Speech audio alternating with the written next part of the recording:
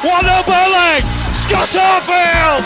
He's been threatening that recently, and all the Burnley players run to the Darwin end. Burnley win the next ball. It's Rory now. On the outside, decent. Barnes! He got it! Ashley Barnes with it! What a cross from Rory! And there was Ashley Barnes! And Burnley leading the derby. Knocks it quickly. Finds Benson in space at the byline. Can Burnley get a goal here? Back for Brownell. Saved by the keeper. Burnley won it to the end! That is magnificent! They deserve that!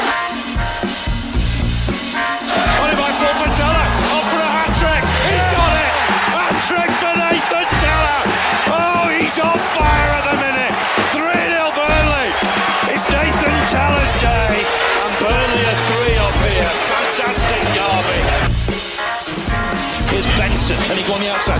Comes inside. Top shot. Oh, what a goal. Manuel Benson once more. That is top class. Burnley have done it. Fantastic. Clarets deserve the championship title. They've been the best side throughout the campaign. Burnley have won the second tier. What a fantastic achievement. The players have been magnificent.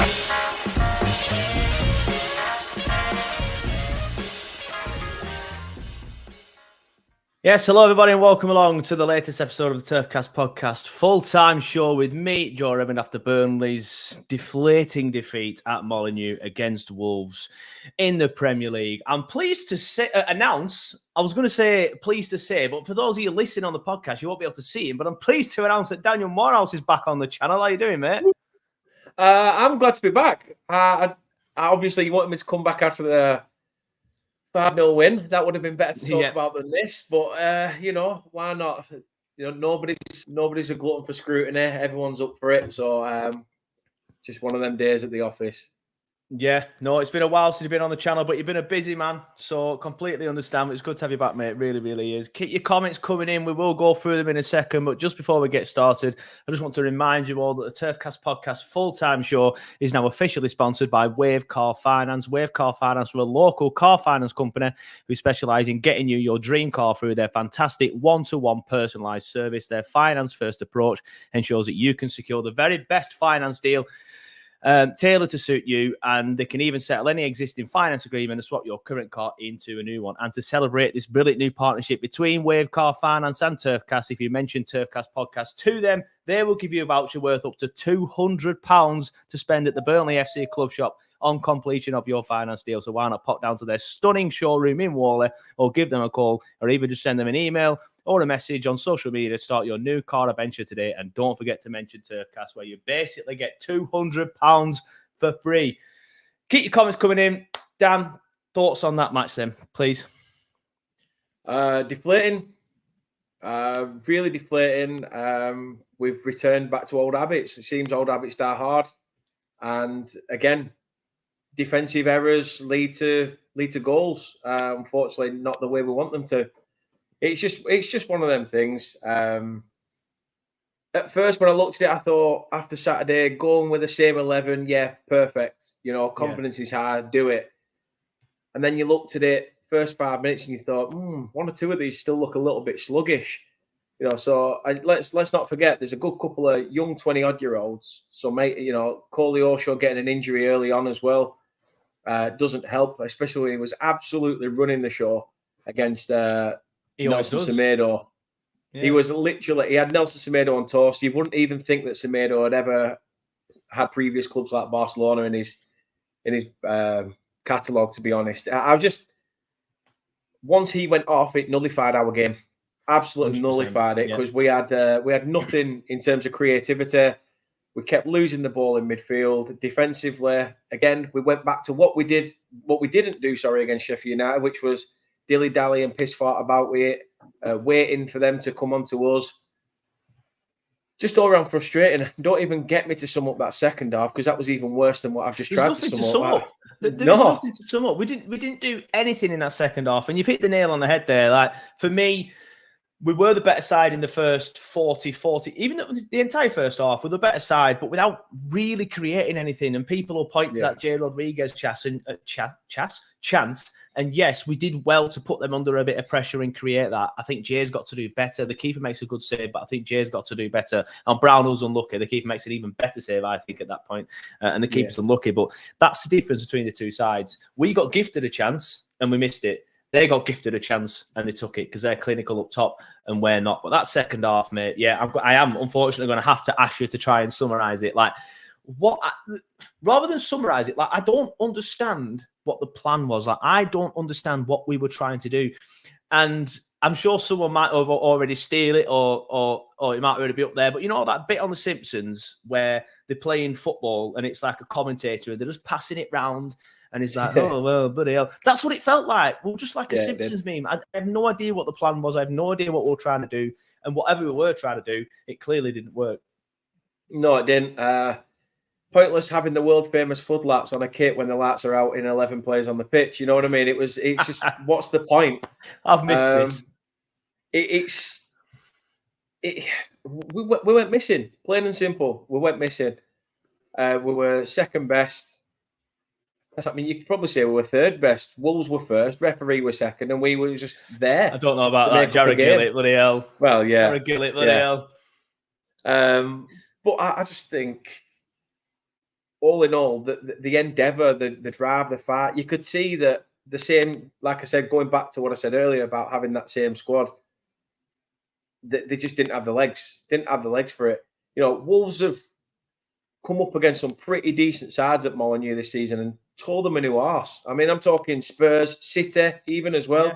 You know, they've given a really strong game. And I think Gary O'Neill said it at the end of the game as well, that, you know, fans can be happy about us beating the big boys, but they need to not look at this like it's a toned down win for them. You know, this is still a massive 3 points against a side who are, well, Gary O'Neill said hard to break down, but if anything, I thought, baked beans are harder to break down than Burnley at the moment. It's a tough one because you don't want to be negative after such a positive weekend, but then you feel like you're almost making excuses for tonight's performance when, like I said, old habits die hard. We fell back into what we tried to nullify from our game. It just makes Saturday's win look like basically, but you were playing Sheffield United. That's it. You're back to not being able to compete against anybody else other than the teams you got promoted with. Yeah, someone at work the other day, like, I work at I'm self-employed, but I do bits for a major UK betting firm, and they did a video previewing the match, and they said, Burnley need to make this count now. It's all well and good beating Sheffield United, but if you then go to Wolves and Brighton and lose both of them, then you're just going to think, what's the point? And Burnley will probably go down, and that's just how it feels now. I just feel like, what's the point of that win now? We're back to square one. Unfortunately. Do you remember the season we got relegated? The optimism when Mark Jackson turned us and we beat Everton. And then it was almost like, we've got this resurgence to go again. We've got Norwich next. This should be a win. But then the players were almost like, right, this result will take care of itself. And we got dicked 2-0. Yeah. So it's sort of following along in that little pattern in a way of, are we letting the result sort of, that 5-0, that doesn't gloss over how this season has gone. If I had any sort of positive, these are young lads. They're prone to making mistakes. Okay, Dar Rocher is not really that young, really, in terms of anything. He should be a seasoned professional, but I mean, I'm just I'm nitpicking. Basically, is what I'm doing to try and dissect it. I don't even think a fully pledged university neurosurgeon could sort out Burnley's issues at the moment.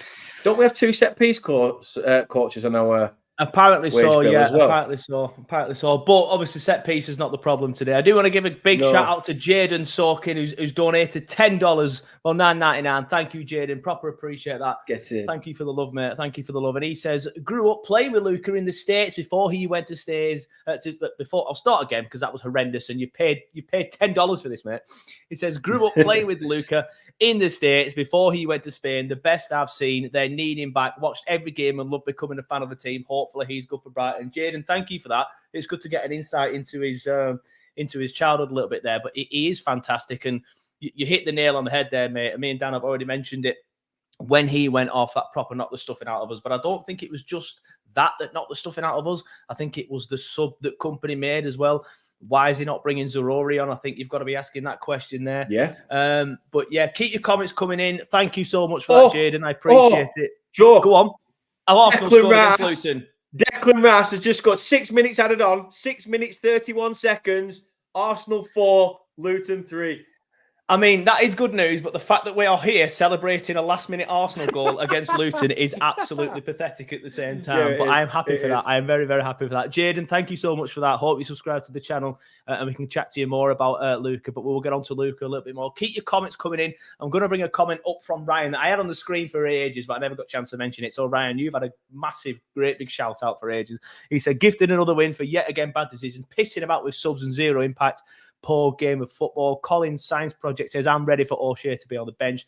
Currently lacking in the mental fortitude to stay. That is the perfect summary of Dara O'Shea for me.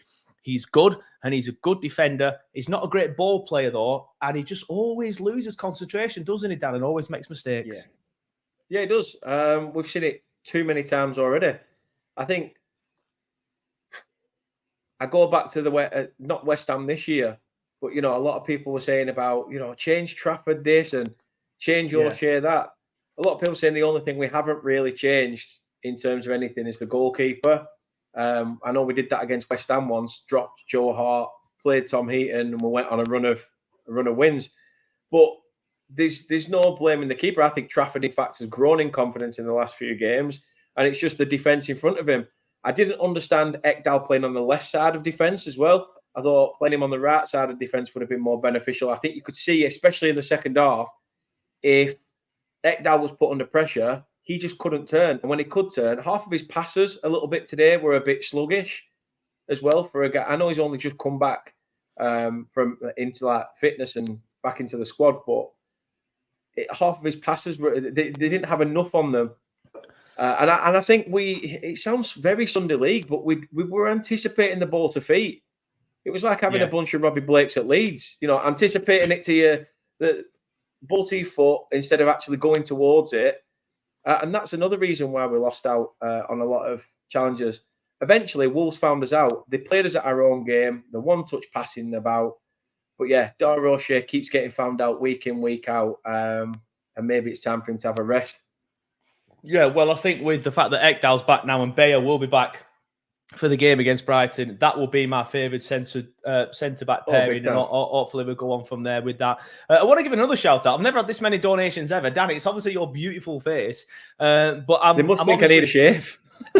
Probably is that. Gillette, if you want to sponsor Turf Morehouse, please feel free. I want to give a shout out to Joe Rogerson. That's a great name, that, mate. That's a great first name and great initials as well. Joe Redmond, Joe Rogerson, great first name. We could have a lot in common, mate, but he says, I just feel like they've stopped caring. I feel like Luton would want it more than us. Also, which player would want to come to our club now come Jan? I do agree with that. I do feel like Luton wants it more than us, but I don't feel like we've stopped caring, and I don't feel like we don't want it. I just feel like we are better than Luton. And I know a Luton fan may click this up or whatever. I don't care. I think we are better technically than Luton. But we're not working together as a team as well as they are. I think that's what it is. I think we're trying to play this certain way, which I'm fine with. I don't mind it. And they're just trying to battle their way through it.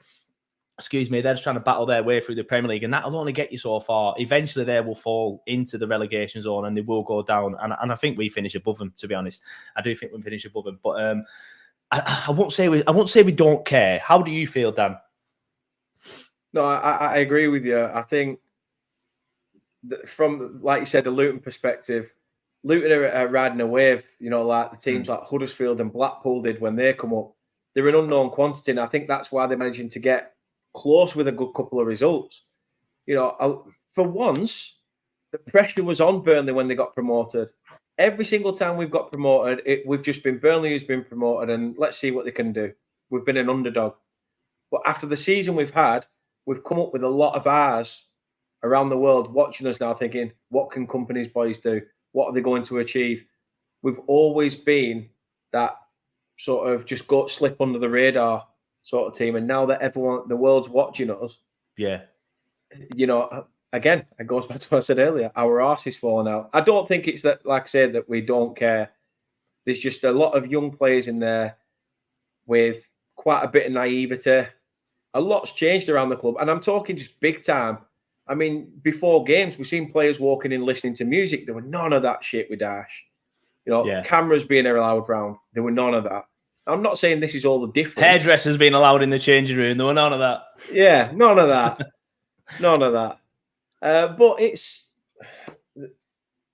I don't know. I still keep thinking, let's not get hasty about where we are. We are still, 2 years ahead of where company wanted us to be? With a 3-year plan, we're already 2 years ahead of where he effectively said he wanted us to be at that point. The thing that bugs me is, like I said, the naivety. Yeah. Substitutions have been questionable. I've got to say that, especially when we've gone from Sean Dash, who doesn't make any substitutions, to a manager who does sub, and they've been Company questionable. did it a bit tonight, didn't he? I know he'd already made some subs, but why is he bringing Redmond and who were it? Sorry, Redmond and Odebear on in the 90th minute. Yeah. Why is he bringing them in the 92nd minute? What they're going to do? There were 3 minutes added on, and he's brought them on in that is a proper Dash tactic. That, and it used to wind me up when Sean did it. There's no point. Make it on the 80th or don't make it. Yeah. Yeah, you can say that it's all about game time, but what, did any of them even touch it? Like, again, Redmond did. Redmond did. Yeah, I remember he tried to touch it and he kicked it straight out. But it's just these little tweaks that we've got to work on. And I know, people have watched the documentary now that, it was a case of let's follow a pattern, 10, 11 games. Hopefully cohesion will be massive and we'll go on a run from there because we'll be able to read each and everybody's games. But at the moment, we're still picking out flaws of players. It's a bad day at the office. And I'm not expecting anything. We've had too many of them, haven't we? We've had too many of them. That's the problem. It's always the same pattern. It's always the same pattern. It's the same mistake. Defensive error, passive second half. Obviously, I've got a Turfcast WhatsApp group, and Sam, who doesn't do midweek stuff, and Neil, who also doesn't do midweek stuff. When I asked them today, they're both like, "No, it's Tuesday." But they were commenting in the group saying like, "It's just a carbon copy of the Man United game," and it is like that Man United game. Decent first half, concede the goal, offer nothing second half. Tonight, decent first half, all right, defensive mistake. The reason why Wolves scored rather than what I felt like was a moment of brilliance from Bruno for the United goal, but Sam did disagree with that on that stream, and then offer nothing in the second half. Like, I don't get why we offered nothing in that second half. I really don't. But keep your comments coming in. Anti-Football says, Clarets giving early extras presents to Wolves. Gift wrapped and delivered in person by O'Shea, a.k.a. the weakest link. Sue's good to see some of the regular names in the chat as well. He says, same as always. Play well, but end up losing because of an error. The team are not good enough for this league, and it shows. Ginger Alley, everybody loves Ginger Alley. He says, same old shite, tippy-tappy on half, game after game, asking for trouble. The true Red says, feels like all the relief and hype had Saturday are back to square one with all these individual errors and the inexperience of playing football in the Premier League. Keep your comments coming in. There's actually been quite a few comments today, so apologies if I do miss them. If you want your comment guarantee being on screen, just donate. Just donate like the other two lads did. Mike says, hate to be pessimistic, but no confidence going into Brighton. If Coley Osho is out, Everton is a must. Yeah, I do want to talk about that, Daniel. Because if Coley, I hope you don't mind me calling you Daniel, by the way. Go for it. If Coley Osho is out, turns me on a bit, but go for it. What do we do? We can't have JBG and JBL again on the wings. I like JBG, but if I were going to play him anyway, I'd have him in the 10. But then there's probably so many players ahead of him in the 10 that I probably wouldn't put him in the 10, if that makes sense. But on the wing in 2023 is just not fast enough. So what we're doing on Saturday, hopefully Coley Osho's fine. But what we're doing on Saturday, I think it's Saturday, if Coley Osho's injured. I don't know. Try and find something to do during the day and wait for I'm a celeb that night. I don't know. I mean, it's just going to be one of them. I'm not expecting anything down at the Amex. Brighton are a very tough side. If we get something from it, obviously brilliant. But the way we've been playing, can you really go into a game at the moment and think we could potentially get some out of this? If Coley Osho's playing, then brilliant. At the moment, the way I see it is, remember when we first signed Cornet And it was like, oh my God, look at this player who gets into them pockets of space, runs around like an engine, doesn't stop. And yet you've still got another 10 people wondering, like, what's this guy doing? Like I say, for me, I totally agree. Put Goodmanson in that number 10 role. Who do you drop, Rodriguez or Amdouni? I don't think either of them really offered us anything today. No, I agree with that. I do agree with that. Amdouni does actually get in some, comes back a little bit to try and help out. Again, the only positive I've got is on that left-hand side. We're seeing Charlie Taylor finding his old inner Charlie Taylor, helping Koleosho out on the wings, bombing forward, using that overlap like he used to do, which is brilliant. I fear for us at weekend. I think we could be on for spanking.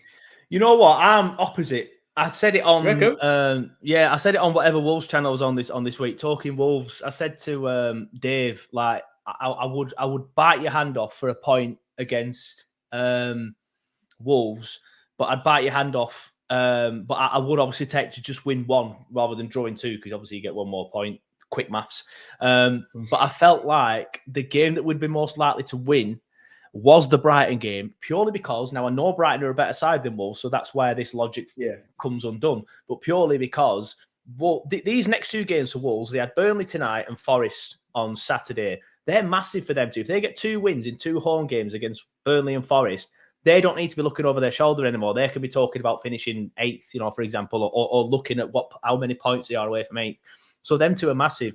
Whereas Brighton, they're playing tomorrow. I don't know who they're playing, but they're playing tomorrow. So that's 1 game less rest. And then the Thursday after us, they're playing, I think it's Marseille in the Europa League.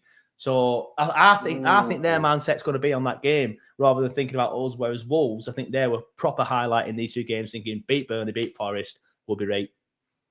You know what? Since you put it like that, you've 100% got a valid point. Like I say, I can see people's comments regarding Zarori, and I totally agree with that as well. Yeah, we've mentioned that already, haven't we? Completely agree. That's one thing that bugged me, actually. Since promotion, half of the squad that got us promoted haven't been given a chance. That's infuriating. Like, over the course of that season, nothing against Trafford. I'm not going on about the keeper debate, but you could see how much Muric had grown over the course of those 40 games, that 40-plus games. He became, communicated very well with his back line. The back line were communicating with him. He'd come off his line as well, because he used to be shit scared of leaving that. And then... Yeah, he's done that last couple of games, and he come off his line better.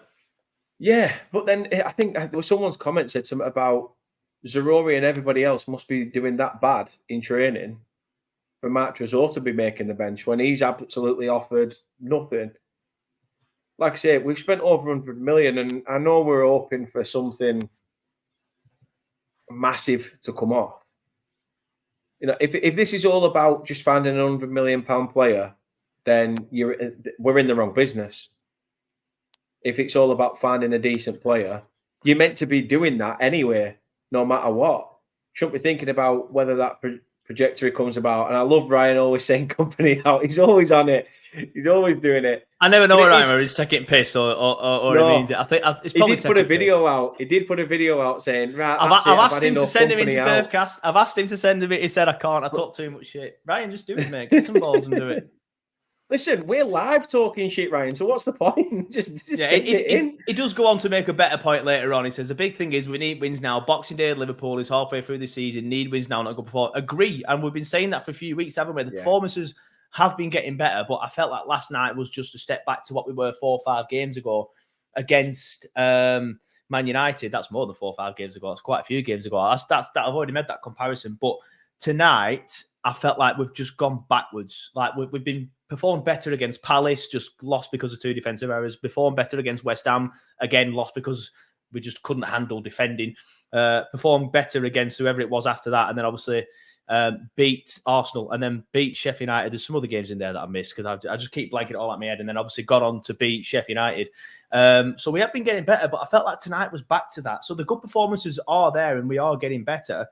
But my worry is now that wasn't that good of a performance. The first half was, but I said it in my reaction, which I've sent over to Isaac. Hopefully that gets up soon.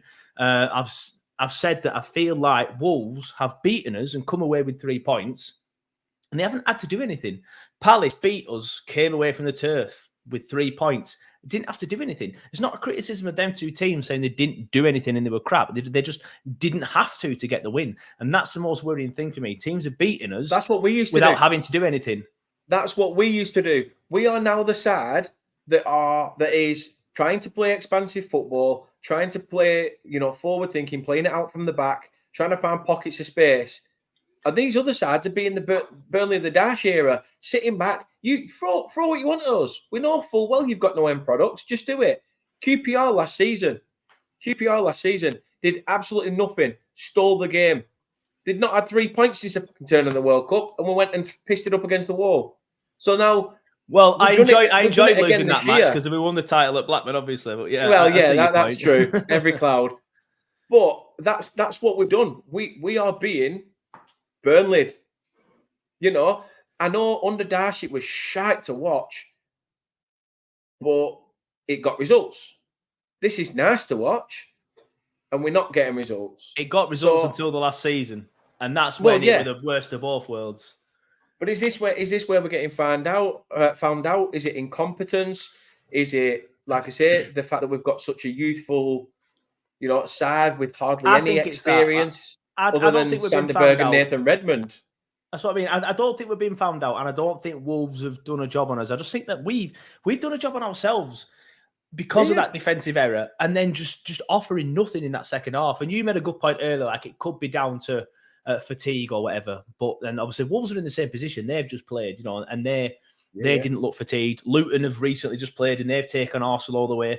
Arsenal have just played and they've managed to come back and win 4-3. Like, I suppose with Arsenal, you could make the argument they have more squad depth. You couldn't make that argument with Luton. We spent 105 million quid, whatever it was. We should have more squad depth than Luton. I just feel like we're not getting Daesh. We're Daeshing ourselves. We're just shooting ourselves in the foot. We're not offering anything. Like that second half today was as bad as it's been for a while. Like someone said in the comments earlier, I think I've missed it now. He says that's the worst performance in the last 4 games. Apologies, I've missed it now. It's gone. And that's that. I agree. Like we've been getting better and better and better and better to a point where it's boiled over against Sheffield United and we've absolutely battered them to a point now where it's just back to square one and we're just lethargic and not laying the glove on teams. Yeah, something's got to give. Like I say, I've still got 100% faith in Vincent Kompany. He's never going to be sacked from the job. So for any Burnley fan to be saying that Kompany out or he's got to go, I think is sort of ludicrous in a way. I've always said it. I don't want him to fall down that batch of managers of former players. The Gerrard, the Lampard, the Rooney. Everyone wants it to come good for him. We want it to come good for us because obviously it's all well and good it coming good for him, but it's us that have to watch it. The cohesion thing is the thing that bugs me. Like I say, we need more depth. There was no pace at all since when Koleosho went off, and it felt like there was no urgency, no pace to get forward. I don't even know what positives I can pick out. Well done to the Burnley fans that travelled. I mean, congrats. Enjoy the drive home. I think positives, you could probably say that, we were the better side in the first 40 minutes, but then I feel like that. We still couldn't even last for 45 minutes. Yeah, but again, before the half-time whistle again. The worry is, even though we were the better side in the first 45 minutes, we didn't create anything other than that chance that Jay should have scored. Yeah. So we didn't create enough, is what I'm trying to say, for the possession that we had. We just capitulated another defensive error. But just going back to the point that you said about Kompany, Ryan said this a lot earlier on. I'm just trying to go back through the comments and get everyone's on screen as best I can. He says, inexperience of Kompany show tonight. He's the youngest manager in the Premier League, though. We have no other strikers and only Ramsey's an option in the middle, really, in his defence. But I do agree. I felt like the inexperience of Kompany show tonight. I felt like the subs were strange, just like the subs were strange against West Ham. And the subs that he should have made were too late. Like, I don't know why, when he's took Koleosho off, obviously that's a forced sub. He's took Koleosho off, he's brought Goodmanson on. Because we then have JBL on one wing, Goodmanson on the other. None of them are too pacey. None of them take the game to the opposition like Koleosho does. But I suppose at the same time, who does take the game to the opposition like Koleosho does? Because he's the only one in the team that does it. So what we're going to do without Coley Osho is another thing. But yeah, inexperience of company, mate, as you were just saying, like Ryan's made a good point there. This is where if Coley Osho is out against Brighton, then Zarori needs to step up, and showcase. Well, if he's given the chance, he needs to be given the chance to step up. Yeah, yeah. It's infuriating because we have got talent that we know can perform. I'd scream to have Benson back. Yeah, same. I felt like that would have been the perfect sub. Coley Osho off, Benson on, if he's there and he's available. But Zarori's there as well, so the best option there would have been Zarori. I don't know why he's put Gudmundsson on. Yeah, knowing how we look, it'll be Redmond that starts. Hey, nothing wrong with. Okay, I should say Nathan Redmond. Just nothing to wrong specify. With it. That's my cousin you're talking about, mate. It's not really. It's not really. But it's true. A lot of people are asking that question as well, Joe. Same to you, and I'll ask it same to you. Do we? Obviously, we understand the situation with Lyle Foster. Do we need a striker in January? 100%. Someone who can actually finish. Foster, I believe, could be back in January. From something I've been told, that's not that's nothing to say that I have a fantastic source, but somebody has said that Foster could be back in January. But who knows? Like, obviously, the main, before we get into something like this, the main thing is Lyle gets better. Take as long as you want, Lyle. Yeah. Like, if you have to take the entire season, the club and the fans, everybody's completely behind you. We're not all. I'm not walking 5 miles a day to not support you, mate. I'm supporting you. We're all supporting you. Yeah.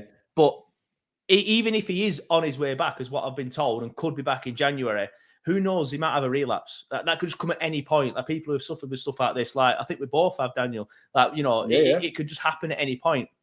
So he could go through that. But at the minute, even if Lyle is our main striker, and say if he did a cruise ship when he come back, for example, then we've only got Jay. And like, I like Jay, but sometimes I think he's probably just more of a 20-minute player rather than a completely relying on him. But even tonight wasn't really his game, and we should have been able to change it up, but we just don't have the depth. So the first person to come on at the minute, if we had all our strikers, it'd be Lyle number 1, Jay number 2, and then ANL the number 3, maybe stick Kinzarori there or whatever, or bring a youngster on. Yeah. But some games just don't suit Jay. Like, I don't think tonight suited him, and we just didn't have anybody else to bring on. And so even with Lyle, I'd say we need another striker. But even with Lyle's current situation, we definitely 100% need to be going in for a striker. And as David Gill says in the comments there, striker is essential, no debate. And you're spot on, David. It's no debate. Even with Lyle, we need another striker. But now without Lyle, we 100% need another striker. 100%. Striker and a left back. I'll be happy because we definitely need cover there. But like I say, I go back to that Sheffield United game. I think looking at the tactic tonight as well was completely different. We sort of mixed our play up against Sheffield United. It wasn't so just one-dimensional, the tiki-taka gegenpressing, playing out from the back. Start with the first goal, goal kick. Sorry, we start the game, ends up going back to the goalkeeper who pumps the ball long. We've gone for a long ball, which then encountered from across. So we sort of mixed our play up instead of just trying to find the opening. We sort of mixed it up a bit. Today, it seemed like we just was like trying to work our way forward again and ended up in no man's land. Like I say, that chance that we had through Rodriguez and then Brownhill on the second, we've seen the moments that can turn a game. And I think at that moment, you've got a striker in Wang Hee-chan who's literally probably in the most formidable he has been this season. To have the confidence to even take a touch, and then slot it past. I don't understand why Dario O'Shea stood there and just stuck a leg out. For me, I don't get wondering about that pass that he's played. Well, yeah, but I don't know. I think the first half is overshadowed by the second half. It is, and you make a good point there. Like, you were going to mention like Hee-chan and how good he is and how he was composed there. And I said it on Twitter. That's the difference, and I've said it already on this stream. So at the risk of repeating myself, that was the difference. Neither team created a lot. Even when we were so passive in that second half, Wolves didn't create too much, and when we were the better side in the first half, we didn't create a lot. but they had that one chance that came from a bad pass from us and some bad control from Burge. In fact, we'll go more into that in a minute because we haven't really spoken about that. And they scored from it. They had that one chance and they scored from it. We had the one chance that ended up leading into two chances because the first chance was missed. We missed it. That's the difference. They had a clinical, informed striker up front. We had a good player who is probably coming towards the end of his career and might have scored it, 5 years ago, for example. But I don't know. I just felt like in that moment, they were clinical. We weren't. Yeah, it were. Like you said, the pass from Dara O'Shea, okay, he saw that Berg let's get into that then. Everyone in the comment, not who's at fault, because I don't like playing that, but like it just the entire thing, like what on earth were they all doing? Like some people trying to blame Trafford, which is just ridiculous. We can end that debate right now. Anyone thinks it's Trafford's fault. There's a reason why Trafford, they want to play that style. So if you're blaming Trafford, blame Company instead. But you could probably say that about Dora's pass. Dora's pass is probably in there because his Company wants them to do that ball. Like how many times do we see them do that ball into the middle?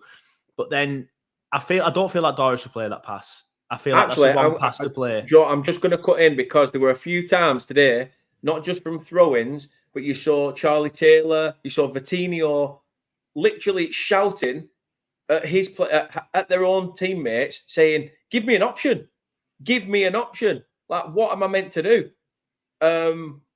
That's infuriating.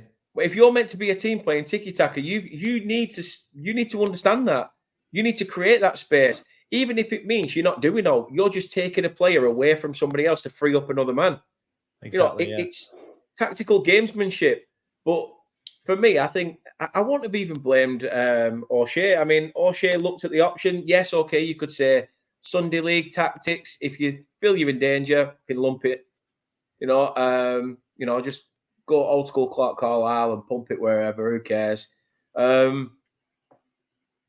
Sanderberg's touch.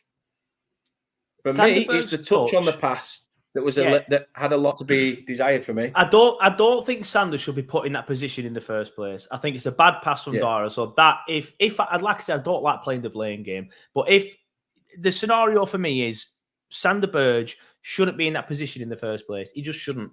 But then when he's got three Wolves players closing in on him, you can kind of understand why he does a bad touch.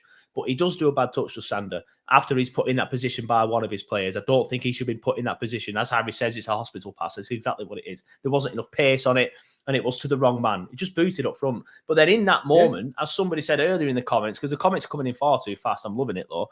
Another pass was on. There you go, AJ Claret, the Vitinho pass. So when Sander gets it, Vitinho is there. I've just said in my fan reaction, I thought it were Ekdal. It was obviously Vitinho. Then apologies to those who will watch that. I'm like, ooh.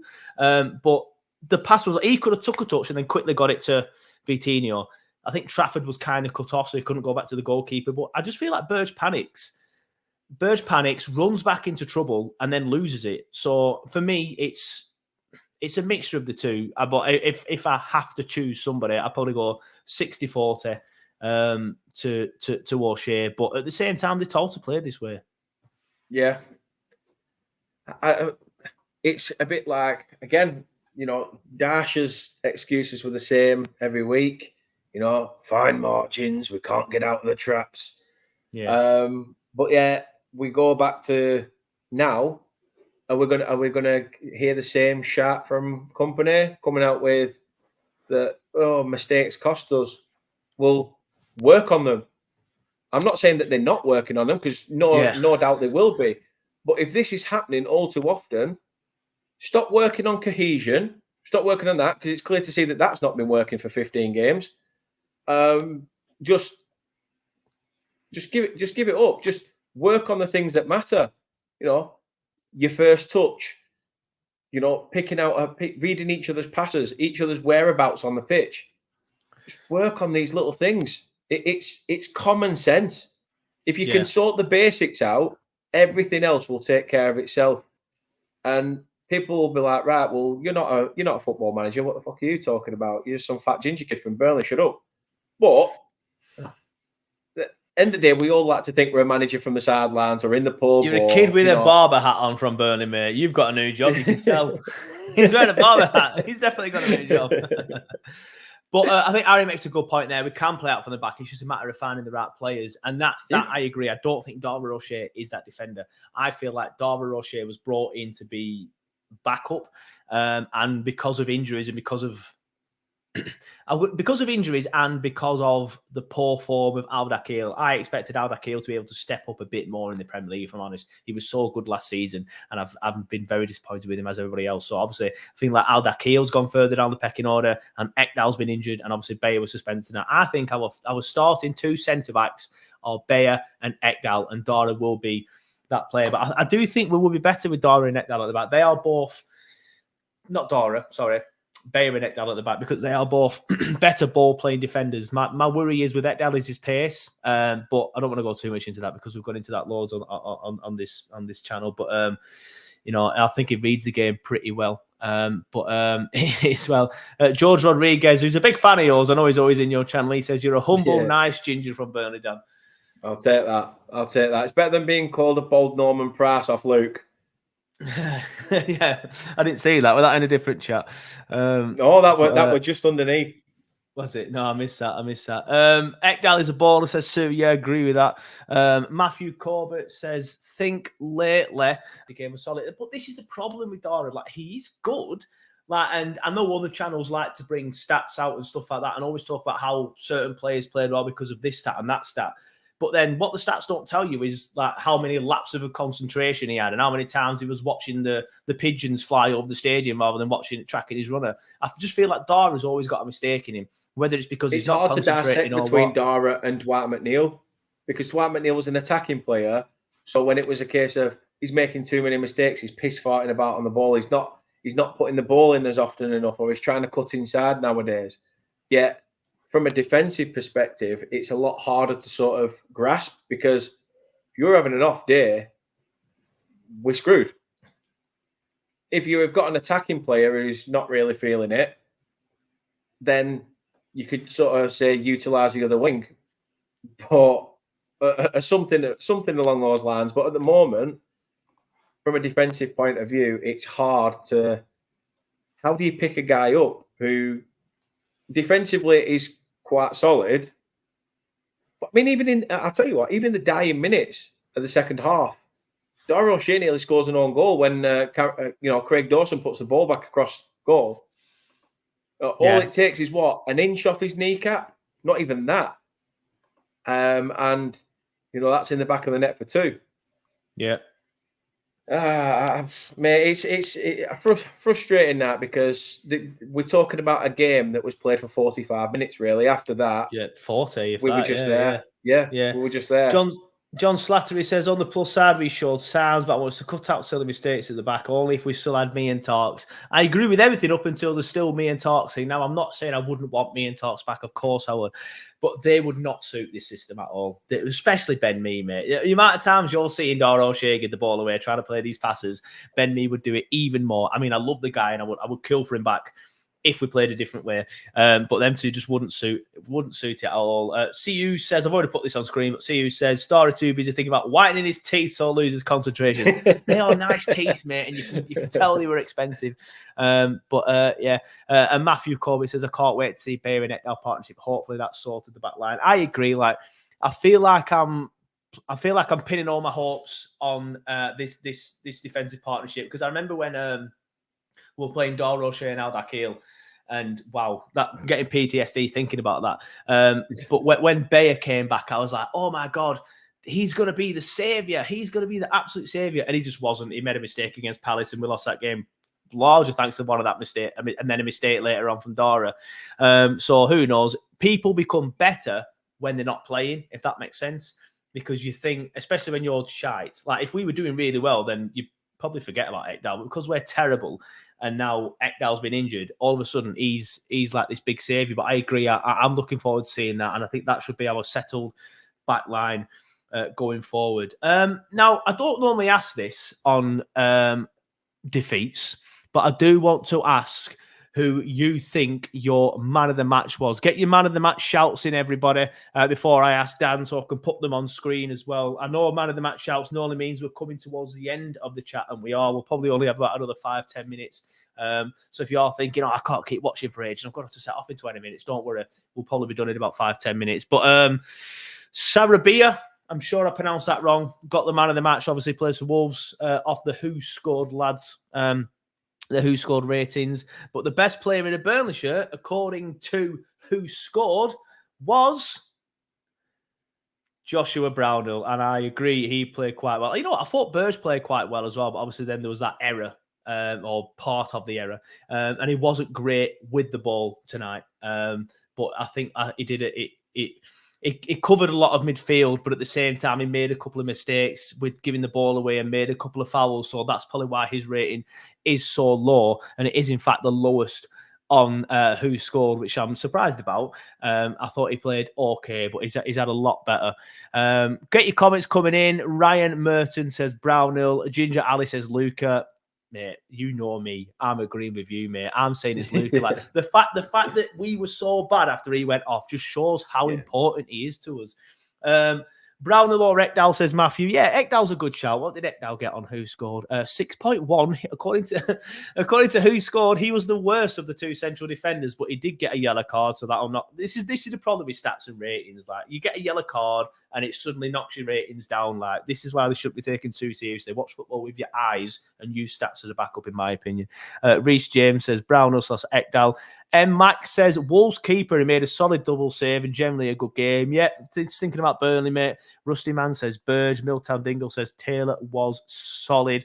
Ryan Merton goes on to say that sums it up really. Brownhill, our man of the match, but he's not Premier League quality. Can't carry, no attacking threat, just industrious and breaks up play. But I think that's his role in it, Ryan, or it should be his role in the Premier League.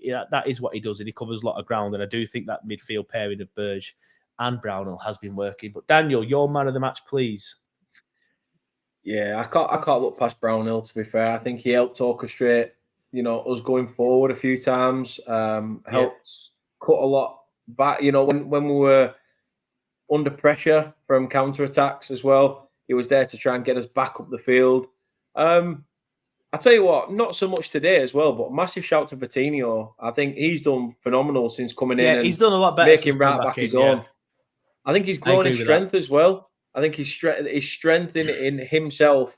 You see a lot of these foreign lads come to the Premier League and expect to just dilly-dally around on the ball, but they know they're going to get the hard knocks. I think he's put the time and effort in the gym to accept that, I'm going to have to be a lot stronger here. Because I don't think Connor Roberts had put a foot wrong, really. So to sort of take him out of the side, it was quite difficult. But yeah, in tonight's game, Brownhill for me ran the show. But other than that, like I say, only other person you could say is I agree with you and Ginger Ali, Luca. Our hopes and prayers are hanging on the thread of an 11-year-old. Bloody hell, thinking about my own child here. Luca Coley on show. I don't like as you can't stab me out listening to this. But I don't want to debate this again, but somebody's asked it, so we're going to debate it. And I'm not going to debate it too much. But Matthew Corbett, and it's December in 2023. Why are we still talking about Wout Weghorst? And I know I've seen a lot of people say it on Twitter. The answer is no. He doesn't want to be here, quite obviously. The club don't want him, quite obviously. Why are we still debating it?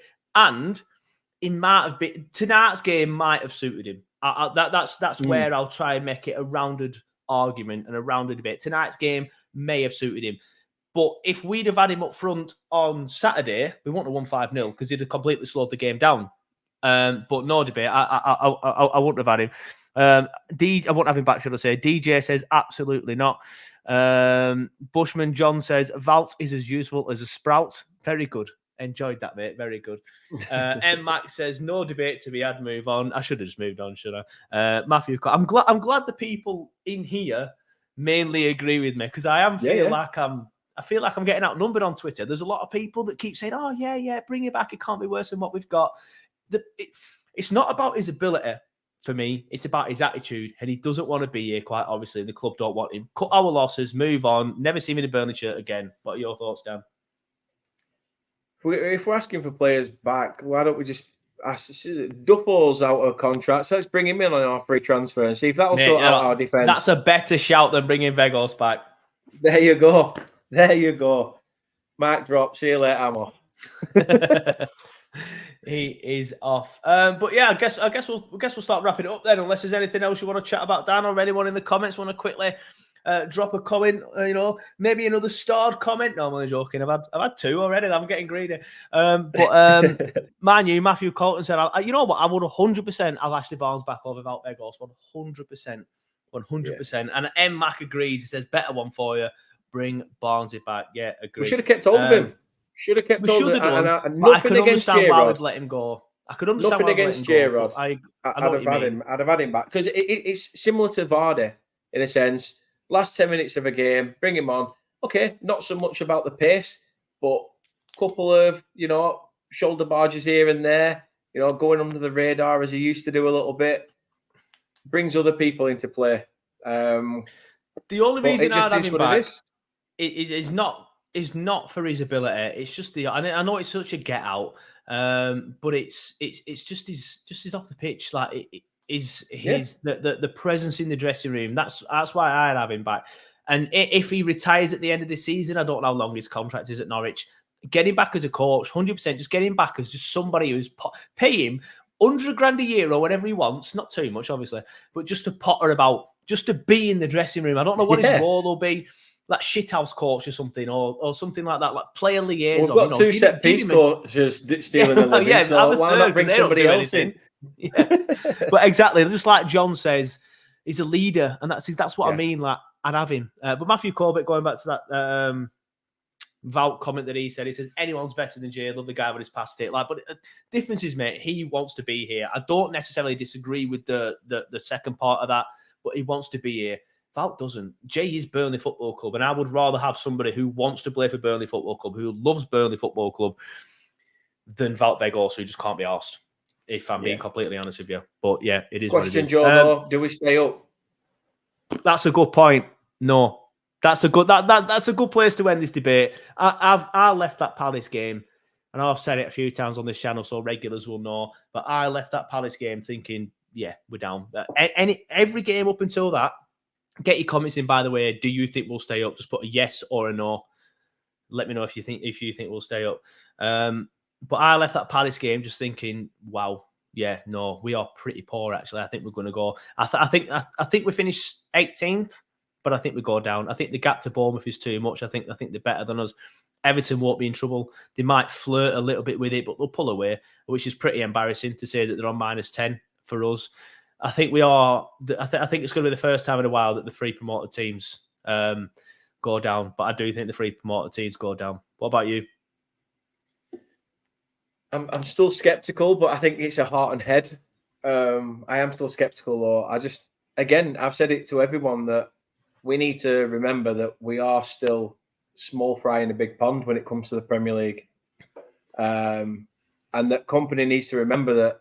We're not Manchester City. We're not Manchester City B, C, D, E, and Z for that matter. We are Burnley. Let's not lose sight of the small town, a small town with a big heart, basically, is what we are. We're punched above our weight for years. I don't even see it really being a negative if we go down. The only negative from relegation really is the money we've spent and then what happens off the back of that. That's the only downfall for me. But I don't know. I want to say that we get out of it, but if Luton are going to churn out performances like they are against teams like that, then who's to say that out of the three promoted, dare I say it, Luton look like the only team out of the three promoted sides that look like they could have another chance at playing Premier League. I agree with that, but obviously we said earlier in the show, didn't we? I just think that they've only got 5. Like, there's only so much you can do with that. They don't have too much like quality. Like, they don't have too many star quality players that get you off your seat. And I just think that remember that European season, Joe. Remember the season before? I know, but we had good players as well. Stealing 1-0 wins. We had good players as well. I know we shithoused way through it, but we had good players as well. I don't look at anybody in that Luton side. All right, I've watched them once, which is when they beat us. But I don't look at anybody in that Luton side and think I'll have him. There's nobody. They just close knit. They just close, and there's only so far that'll get you. And I do think eventually they'll fall and they'll. And just as That's Ginger what I Ali think says, we used to have, though. fizzle out. We used to have, yeah, but we had. I agree with that, but we were better at it for a start, and we did have some good Yeah. players as well. Like Chris Wood got. I know he was a bit of a battering ram, or he was pigeonholing that, but he was such a good player, such a good finisher, should I say? I think he got unnecessary stick. Anyway, just going back to your question, Dan, when you said, "Will we stay up or will we go down?" I said, "Do you think we'll stay up?" Just put a yes or no in the comment. It's Scott says no. CU says no way. Jose Sean Walsh says no. John, you're a bit behind, mate. Forget that one. Mike says no. Reece James says no. We have a much better second half of the season, but that's exactly right, mate. The games run out in the Premier League. You only play 38 rather than 46, so the games very, very quickly run out, and that is a problem. Mac says no. Ginger Valley. I love Ginger Ali, but he's probably the most negative person in this chat. He doesn't just say no, he shouts no at me. Fair enough, mate. I do agree with you, to be fair, so I don't know why I'm calling you negative. Agree with Joe. Bournemouth are better than us. They are. They've proven that. That's something else. Sean Walsh says, no, fan base away from home does not help. Interesting. I've just got my tickets for Villa away, so I'll get back to you on that. I don't know why I bought them. I bought them on the back of this win, and now I'm thinking, I might just put a tweet up in it on like 29th of December, just like 2 tickets for sale. In fact, before we do go, and people always do this, when I tell them I'm going, people start asking questions. But this is the last question: who leaves if we go down? Says Harry. Company, dare I say? No, he won't. I think he will. He will stay. I do think we'll come back.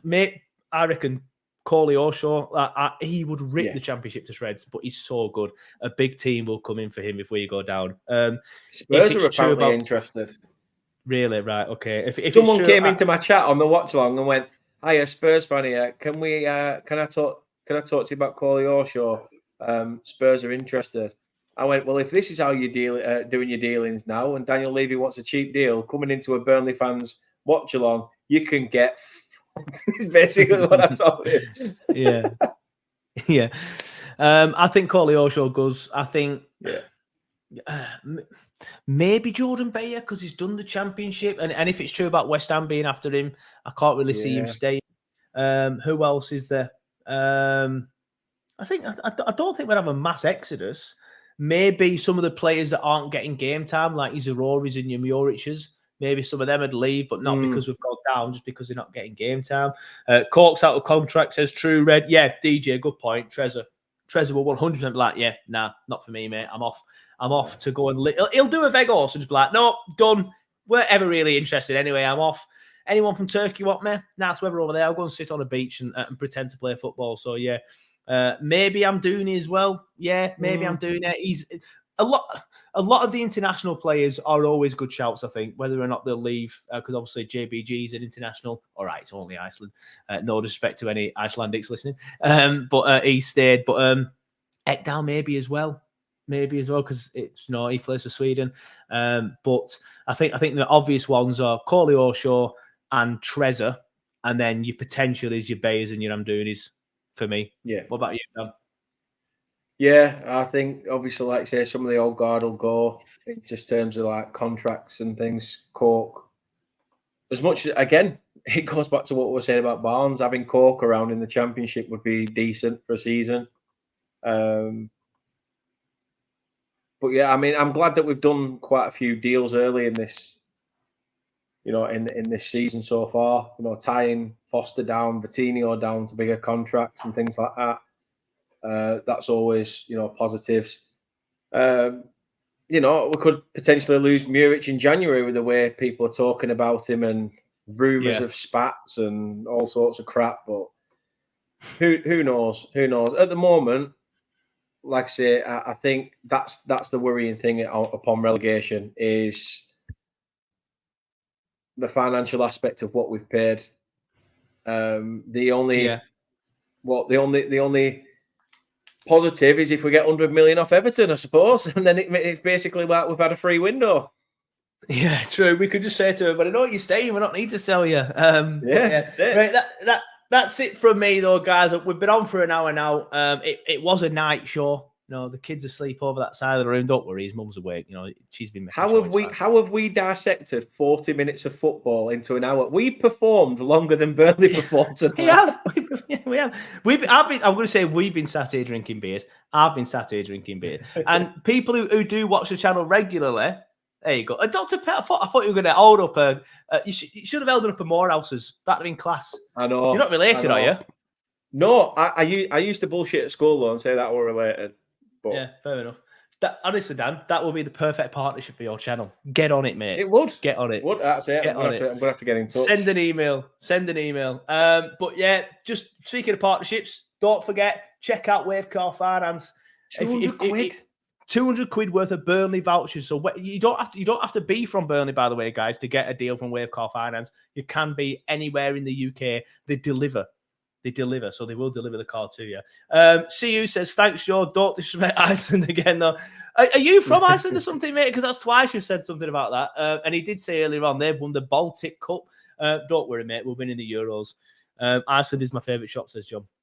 Well, I used to like Iceland when I was at uni, mate. I'm more of a Waitrose guy now myself. No, I'm joking. Burnley don't even have a Waitrose. Burnley don't even have a Waitrose. But before I leave, I just want to say thank you to everybody in the chat. I've actually enjoyed it. It's been good. I've enjoyed it. I've had a lot of comments. I've had two donations as well. So again, massive shout out to Jaden and Joel Rogerson for the donations. I really do appreciate that. Helps the channel loads, stuff like that. So I really do appreciate it. Thank you so much.